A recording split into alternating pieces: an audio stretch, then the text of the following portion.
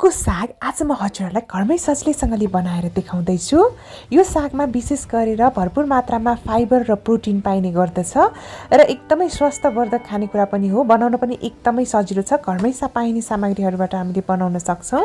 मैले यसरी 300 ग्राम सौपको सागलाई लिएकी छु। यो लगभग 30 रुपियाँमा सजिलै बजारमा उपलब्ध छ यो साग चाहिँ है। यसलाई केलाउने सजिलो तरिका पनि आज म हजुरहरूलाई सेयर गर्दैछु है। सौपको साग चाहिँ अरू सागहरू भन्दा चाहिँ केलाउन अलिकति सजिलो पनि छ है। यो साग चाहिँ विशेष गरेर हजुरहरू जिम जाँदै हुनुहुन्छ भने खानुभयो भने चाहिँ एकदमै यसले चाहिँ भाइटामिन्सहरू पनि दिने गर्दछ। र सौपको साग केलाउने भनेको चाहिँ माथिको पार्टबाट यसरी निकाल्दै जाने र तलको अलिकति सारो पार्टलाई चाहिँ नराख्ने हो है।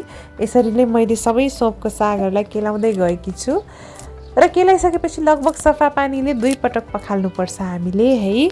केलाउन एकदमै सजिलो छ। यो सागमा भरपुर मात्रामा भाइटामिन, मिनरल्स, फोस्फोरस र क्याल्सियम पनि पाइने गर्दछ। र यो सागलाई चाहिँ ओभरकुक चाहिँ गर्नु हुँदैन। एउटा मात्रै सिटी लगाएर पकाउनुपर्छ वा कराईमा मात्रै बनाउनु भए पनि हुन्छ। 5 मिनट बनाउनु भए पनि हुन्छ। र प्रेसरमा बनाउने हो भने चाहिँ एउटा मात्रै सिटी लगाउने हो। हजुरहरूले मेरो च्यानल अमरपन्छी फुडवर्ल्डलाई सब्सक्राइब गर्नुभएको छैन भने प्लिज सब्सक्राइब चाहिँ गर्नुहोला है। र हेर्नु त मैले 2 पटक मजाले पखालिसकेपछि यो यस्तो भएको छ है। मजाले पखालिसके। अब अरू चिज हामीलाई चाहिन्छ, जस्तै हामीलाई चाहिन्छ आलु चाहिँ मैले 2वटा, रातो पाकेको गोलभेडा एउटा, प्याज एउटा, लसुन 4वटा जति र अदुवा 10 ग्राम लिएकी छु। हजुरहरूले चाहिँ गोलभेडा चाहिँ रातो र पाकेको वाला नै लिनु होला। एकदम टेस्टी बन्छ हाम्रो साग। साथसाथै हामीलाई चाहिन्छ जिरा आधा चम्चा, रातो खुर्सानीको धुलो 1 चम्चा जति र सानो चम्चाको 1 चम्चा नुन राखेँ। नुन खुर्सानी हजुरहरूले आफ्नो स्वादअनुसार राख्न सक्नुहुन्छ। धनिया 1 चम्चा र सौपको सागमा सौप नै राख्दाखेरि अझै मिठो हुन्छ 1 चम्चा जति। तोरीको तेल लिँदैछु 4 चम्चा। हजुरहरूले जुनै तेलमा बनाउनु भए पनि हुन्छ। बेसार आधा चम्चा लिएँ। सुरुमा यो सागलाई एकदम मिठो बनाउनुको लागि चाहिँ सौपलाई राखेँ मैले, धनियालाई राखेँ, नुनलाई राखेँ। नुन राख्यौँ भने पिस्न सजिलो हुन्छ। जिरालाई राखेँ र यो मसलालाई मजाले कुट्नुपर्छ है। यसरी हजुरहरूले मिक्सरमा कुट्नु भए पनि हुन्छ है, तर मैले चाहिँ यसरी खलमा नै पिसेँ। यो पनि मजाले लसुन र अदुवालाई पनि मजाले थिचथाच पारेँ मैले। हजुरहरूले मिक्सरमा कुट्नु भए पनि हुन्छ। विदेशमा हुनुहुन्छ वा कुटिराख्ने यो खल छैन भने चाहिँ, तर नेपाली मसला यसरी कुट्दाखेरि अझै मिठो हुन्छ हाम्रो सौपको सागको टेस्ट। तोरीको तेल 4 चम्चामा मैले सुरुमा एउटा खुर्सानी र यसरी मजाले प्याजलाई भुट्दैछु। प्याज चाहिँ गोल्डन ब्राउन नहुन्जेल मजाले भुट्नुपर्छ सौपको सागको लागि। एकदम मजाले तयार हुन्छ। खानालाई चाहिँ जति धैर्यताका साथ पकाउनुहुन्छ त्यति मिठो हुन्छ। र मसला पनि हल्का फ्राई गर्दैछु। हामीले यो मसलालाई तेलमा फ्राई गर्दा एकदम मगमग वासना आइसकेको छ। यसमा सौप मिसाएको भएकोले सौपको सागमा चाहिँ सौप राख्न नबिर्सिनु होला, एकदम मिठो हुन्छ है।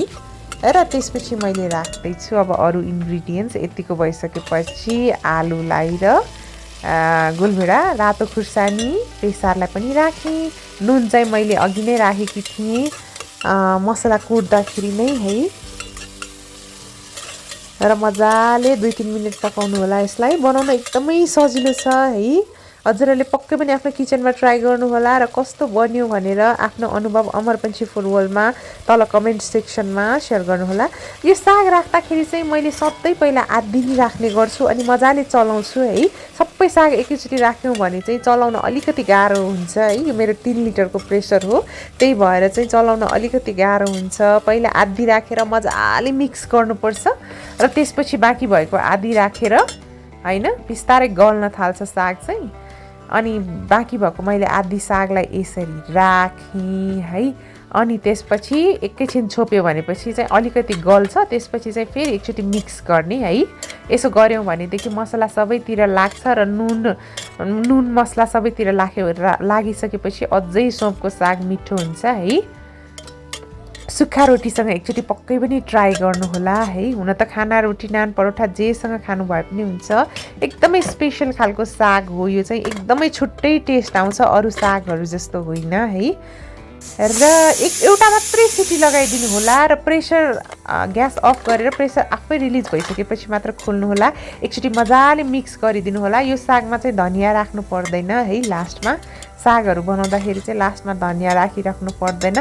म हजुरहरूलाई सर्भ गरेर देखाउँछु। हेर्नुहोस् त, वाउ कस्तो खाउँ खाउँ लाग्दोसँगले तयार भइसकेको छ र टेस्ट पनि गर्दैछु है।